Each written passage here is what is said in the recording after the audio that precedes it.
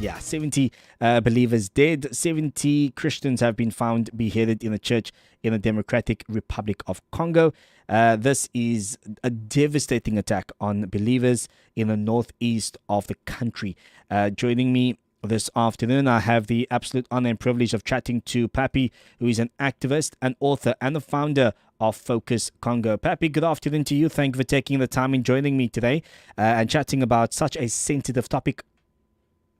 Good afternoon to you, brother. Thank you for having me. It's a great honor. And it's good to be here to share with you what is happening in Congo right now. Yeah. It's again, I say it's a difficult topic to have. And early on, when I was kind of going through the motions and prepping myself for this conversation, I got emotional, man. I'll be honest. I got really emotional thinking about this. But I kind of want to get into the gist of it at the moment. I know it's a couple of weeks later, and I shared not too long ago. I said that mainstream media spoke about this for about a few days and then kind of just left it and never revisited this again. And it's not been a conversation, but I really kind of want to talk about what's really happening. What is the current situation in certain parts of the DRC for Christians at the moment? Yeah, the situation in DRC in general is in dire. Is not a situation that anyone want to be in. And some part of Eastern Congo for Christian, it is a very, very horrible situation. What is happening there? Just as you have said, in a city of Lubero, where 70 Christians were found choked by machetes, basically unalived. These are places of worship, and now these groups are coming to terrorize Christian in this region, and it's really, really horrible. So for us is now, before we always thought churches were the place of refuge. Since the war in Congo has been happening for over 30 years now. And I remember as a kid when I was fleeing the country, the places where I was seeking refuge were in churches, Sure. in a place of worship. But nowadays is no longer the case. It is horrible to see to witness, Sure. to hear the stories of the people that were close to those places. So yeah. Is this politically driven, or has this got nothing to do with politics? I know you mentioned that the war has been going on for decades within Congo, but I mean, specifically now that it's Christians that has been targeted by these militant groups. Is this politically motivated, or is this just militant groups kind of just coming into the various parts of Congo, going into different villages, and just deciding that because you're Christians, we are just going to kill you?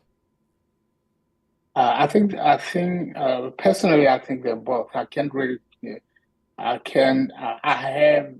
I have heard different stories on both spectrum, but I would think is both, because some of these groups that are sponsored by a certain big power neighbor countries. Like, let me give you a quick example. Yeah.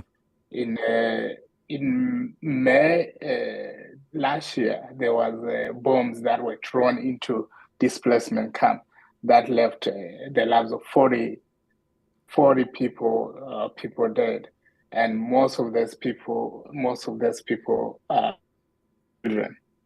So now, if they can throw bombs on children in the displacement camp, do you think they will respect to massacre people in churches? So that's why I think that it's politically motivated to show that we are here. We don't want you to talk about us, or to say anything about us, or to prevent us from taking a certain area. So this is what is going to happen to you if you say anything. But on the other hand, there is this group, Mm. which is called RDF, Mm. which has its roots in Uganda, and is believed to be connected by the Islamic State, Mm-hmm. um, and is operating in this area of Lubero and Ituri also in Uganda. So the question is, where do they really come from, Yeah. and who is sending them to these areas specifically? I Mm. think I also like to add to this. I was following a preaching of one of the pastors in a city of Bukavu in South Kivu, Yeah. and that particular Sunday, he was surprised because one of the rebel leaders that are holding the two cities, the M23 that are holding the North and South Kivu now, was attending the service. And then what he said in that service was, I heard that, and I also was surprised myself. I Mm. heard that he said he was number 15 on the list of the people that were going to be killed when they come to that city, because they Wow. had a list of some people that were killed. If you are a Christian, you are Sure. speaking openly about what is happening, the atrocities that are being committed.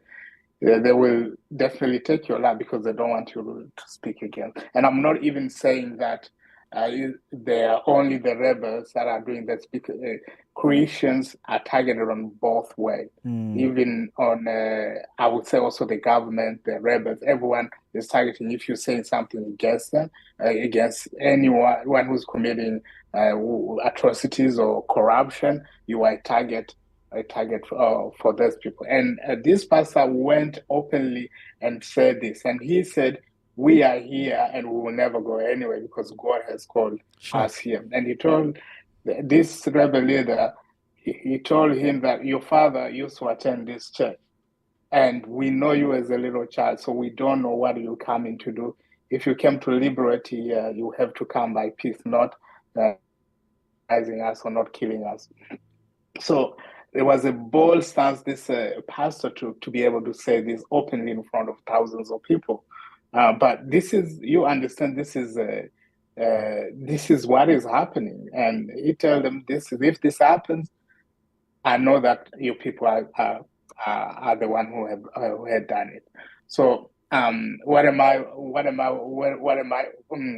going is to say Christians are targeted not only by groups but also by Mm. political stance and different things. Yeah, To silence people. Pappy, absolutely. thank you so much, man, for chatting to us. I know, look, realistically, I don't think there's a lot that one could do. If you are in South Africa or if there's much happening at the moment, the one thing that I do know that works wonders is prayer. And prayer has this thing that it doesn't matter where you are in the world, it doesn't matter where you are from, it doesn't matter with the fact that we speak different languages. Prayer has the ability to move and to shape and to change things dramatically. We understand that yes, we are living in the last days at the moment and these things are supposed to be happening, but it doesn't mean that we must be silent as Christians. And I think more so to those out in Congo, to your brothers and sisters that side as well, Pappy. I mean, hats off to them, and also we pray. We are praying for them. Yeah, I think it's very difficult because you kind of think about it personally, man. You read these yeah, stories, and when I read it a couple of weeks ago, and when I read what was happening in Southeast Asia, then I read what's happening in Syria, then I read what's happening in Congo at the moment for specifically Christians. You go and you ask yourself the question, Pappy, Cliff, if someone had to come to your door with a machete or with a gun in the middle of the night and ask you, do you stand for Christ? Because if you do, I'm about to kill you, or are you going to deny him? What answer would you give? What would your response be in the midst of death, in that moment? And I think of these 70 Christians that unfortunately died because of their stance.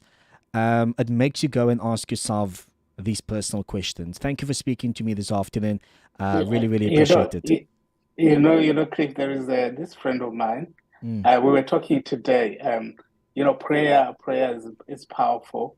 And my friend, when the rebels came to take the city in South Kivu, what he didn't escape.